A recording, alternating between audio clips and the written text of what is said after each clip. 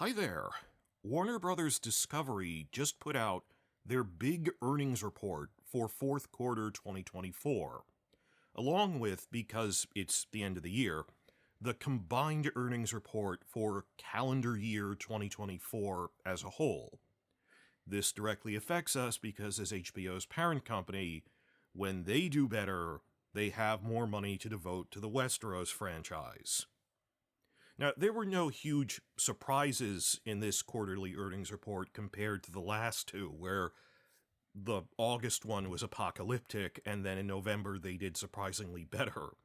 But the biggest takeaways were the severe losses taken by the video game division, and how well their Max streaming division is doing, now that the ripple effect from the writer and actor strikes in 2023 is over, that there wasn't a lot of content coming out in the first half of 2023, so understandably profits were down. But since then, a lot of heavy hitters came out, particularly in the fall, to the point that their profits, not revenue, but profits, increased sixfold from the Max streaming division alone. Now, Warner, of course, because of this, shared some very optimistic plans for the upcoming year, and going over what all of the divisions did, and cable is, of course, underperforming, but I'm going to break all that down in this video. Rather than leave you in suspense, I'm going to jump to the biggest announcements up front. There's four of these. I'm going to go over those, and then I'll leave the number crunching by division for the end, because although that's really interesting and it shows how each thing is doing, that the decline of cable, the rise of streaming, let's start with the four biggest news points. First, global subscriber count for their Max streamer grew to 116 million by the end of December, due to the launches in France back in summer, and brought it up to 116 from their launch across Southeast Asia in November. They have plans to launch in other regions across the next 2 years, and in this new report they stated that their stated goal now is by the end of calendar year 2026, so 2 years from now, after all of those other launches, they hope to be up to about 150 million subscribers. Now, Max is the fourth largest streamer by subscription count, that the big three have all crossed the 200 million threshold: Netflix, Amazon, Disney+. Though all of them have already expanded to every country around the world and have hit the ceiling, so at this point it's more about profit margins than it is subscriber counts, we know that. But still just a reckoning of who is in the 200 million club. Now, I'm going to leave this short for now because I have a whole separate video just as long as this one going over Max international expansion, how the expansions went in Southeast Asia and Europe, and what they are planning for the upcoming year, because there is a new round of expansion. They said that's for the next video. Check for that on Max international expansion. This video is about the earnings report and money stuff. Second of four big thematic points. Pretty short, actually.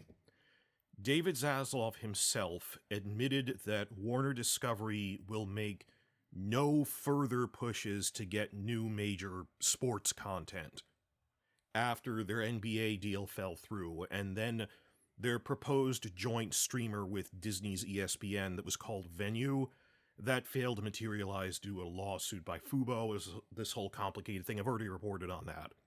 That they actually managed to get the best they could given the circumstances. They got some streaming rights from the NBA for a few shows, but that's fine. It's just him saying, we know when to fold them. It's in the past. We're not going to... It's nice to see Zaslav saying we're not going to throw good money after bad and make this other big push to get sports content. He tried to negotiate. It's done. That doesn't mean they're getting rid of all their sports content. Sports content they already have will still be on the Max streamer and on their other platforms. It's just we're not going to make another big acquisition push to try to make up for the Venue deal not working out. That's over. Fine. Leave it in the past. That's not going to work. Third point. This is funny. There are actually reports coming out that they're going to change the logo again for the Max streamer. The logo, not the name. As I've said before, and I keep arguing this, HBO Max was a terrible name, and I hated it since the moment I heard it. And they were right to change it to anything else. Anything was better than that. Though I would have preferred, like, Warner Plus or something, that just Max is a bit clipped. They said, well, it's what we called it for short around the office. It was stupid because the entire point is it's not HBO, and I keep having to repeat this. Wow, HBO Max doesn't have as good content as HBO. It's the streamer for the entire Time Warner corporate empire. Everything from DC Comics to TBS cable shows to Cartoon Network, they're not HBO-level shows. It's like a pyramid. And this was terrible marketing, that it waters down the brand name if you call everything within Time Warner HBO something. It was misleading. So they were right to change it, but it's just I think Max is a bit generic, that they changed it to that when they merged with Discovery. And on top of disliking the name, I know this is kind of, subjective and petty, but I didn't like the color scheme either. I hated that purple logo. Just the color purple just didn't really stand out. Probably because Roku's background is usually purplish. It just blended in for me, because I use Roku to use stuff.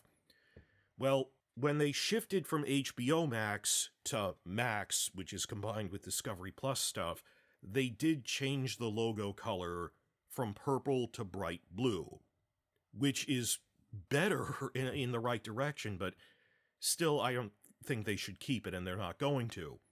They actually explain this in a whole article. I'm not going to go into too much detail, but summarize. Yeah, there's actually marketing research that shows that bright blue is the most eye-catching color to the human brain. That's why you see a lot of logos doing that Disney Plus's logo from 2 years ago, Paramount Plus, they're all very similar shades of bright blue. Disney's changed recently because they merged with Hulu and said, let's shift the color to slightly greenish, like blending them like paint. But the problem is, if everyone uses the eye-catching color, it doesn't stand out. Of the 7 major streamers, if all of them were using slightly different shades of bright blue, what distinguishes them? Though, of course, they don't all do that. I mean, Netflix is just black on white, and so is Amazon with their thing, but they use a different color scheme with gold. But yeah, it's time to change that color scheme. So, not in the earnings report, but in articles circulating around the same week, it says, yes, we acknowledge the bright blue Max logo is a bit generic, and they're planning for a new logo which shifts colors to minimalist black and white, similar to the classic HBO channel logo. Makes sense in some ways. It's nostalgia. It's going back to classic color scheme. So it'll be Max, but in black and white, like an HBO logo. Increasingly, this is growing on me, because again, the blue one is a bit generic. It's still better than the purple one. I do hope that at some point they wake up and go, we should be calling this Warner Plus, with a black and white logo. But okay, we've heard they're actually going to change the logo color, which is nice, because they're playing around with that. And the fourth and last of the thematic points that I'm starting with. As already reported on, the video games division had a historically awful year. And I'm going to go over this more in the numbers section, but just to quickly get to some staffing changes here. Keep in mind that Suicide Squad Kill the Justice League was released on February 2nd. It was it was a full year ago now, but that was still in calendar year of 2024, so it's on the books for the annual report that came out for the year as a whole. And as they already said, not revenue, net profit loss officially reported for Suicide Squad. We have net profit loss of $200 million. Not operating expenditures profit. And then, late in this same calendar year, they had the fiasco with the Multiversus game, which itself lost over $100 million. Like, Multiverses would be a famous mega flop if not overshadowed by the once on the scale of 20 years super mega flop of Suicide Squad Kill the Justice League. So, their CEO is, of course, resigning from the video game division. Their CEO of 12 years, David Haddad, is finally going to step down because, you know, most of the time CEOs are polite enough to space out megaflops so there's no more than one a year. These were historic 2 in the same year. So that was $200 million from Suicide Squad, $100 million from Multiverses, and the annual report says combined with other losses, their official losses are $350 million for the entire video game division. Just, were you trying to lose money? And it's upsetting to see the actual numbers in this report. We already knew that how much both of those games had lost. We knew it was over $300 million. It's still upsetting to see it in black and white, though. So, I am optimistic about the WB Games, though, that they are doing the right thing, that because of these disasters, they've already set plans in motion for a massive revamp. The CEO of 12 years is retiring. They're streamlining things. They said we're focusing on new games that we won't see for a couple years because of development cycle. Anything they could be doing, they're already doing. Well, there were 3 courses of action. The first one, which they've been doing for years, is pretend everything is working out and do nothing, which is terrible. Second option, which I would have preferred, is sell your video game rights to a third party, because at this point, Warner is the only one of the major streamers or movie studios to have its own in-house video games division. I preferred if they sold it to get cash in hand, but they're doing the third option, which is massive revamps, complete restaffing, change the CEO. It beats the first option, which is, I heard it was called toxic optimism, is what people said when Suicide Squad was being developed, despite all the problems that they knew were behind the scenes. Oh, it'll work out, that they've acknowledged the problem, rather than sell, they're going to try to fix it, but let's see what they can do. At least they're trying something for once. Let's see what happens. However, the reason I put this up front before the number crunching section is last time I reported on the video games division, I was racing it out because it was breaking news that just as I put it out, the next couple of days, they said CEO is resigning. They're, for the first time ever, supporting fan mods for Hogwarts Legacy. So Michael talks about stuff, already made a video on it. So new day on all of this, that no, they really are doing what we wanted them to do.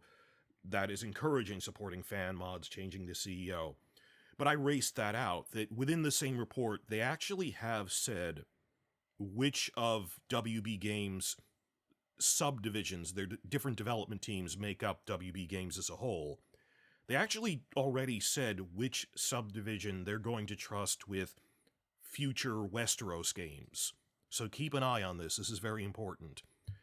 That specifically new Game of Thrones games, that's why I'm calling them Westeros games, new Westeros projects will be handled by WB Montreal. They're the sub-development team that worked on Arkham Origins. So let's see how they do with, I know it was 10 years ago, but they also did Gotham Knights. We'll see what they can do with that. Reason I bring this up is just a few days ago, as part of the streamlining, they said we're going to cut down, this is too big, we're losing money, let's focus on just our core stuff. There were announcements they were closing 3 other subdivisions, most notably Monolith. They're shuttering Monolith.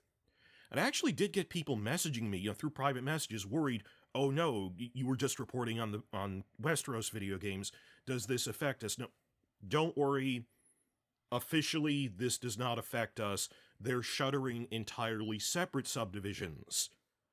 That the one that's handling Westeros is WB Montreal. If anything, it appears they're shutting down Monolith in order to devote more resources to WB Montreal and the Westeros content.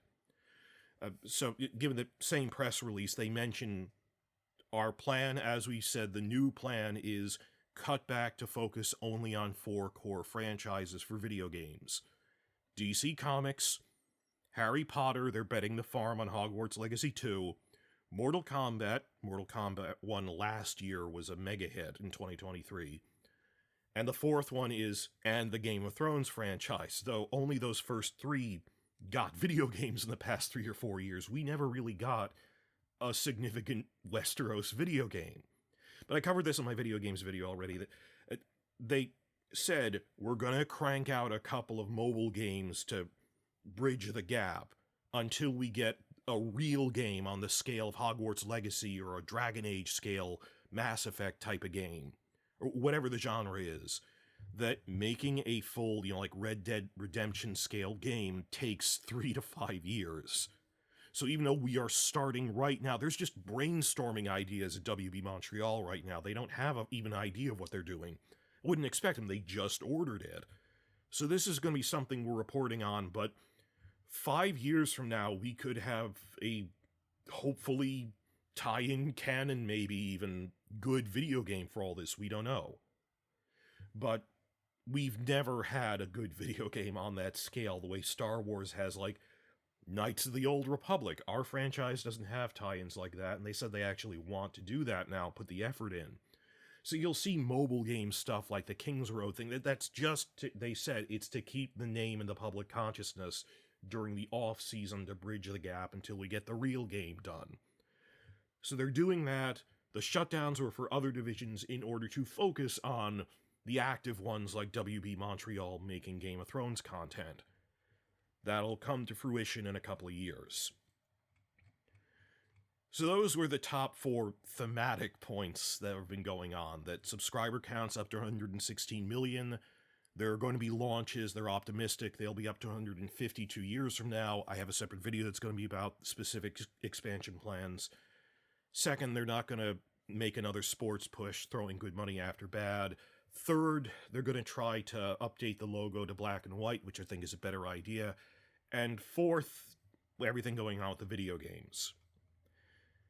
Now, next big section, the other half of this, crunching it down, the earnings report by subdivision, by the numbers.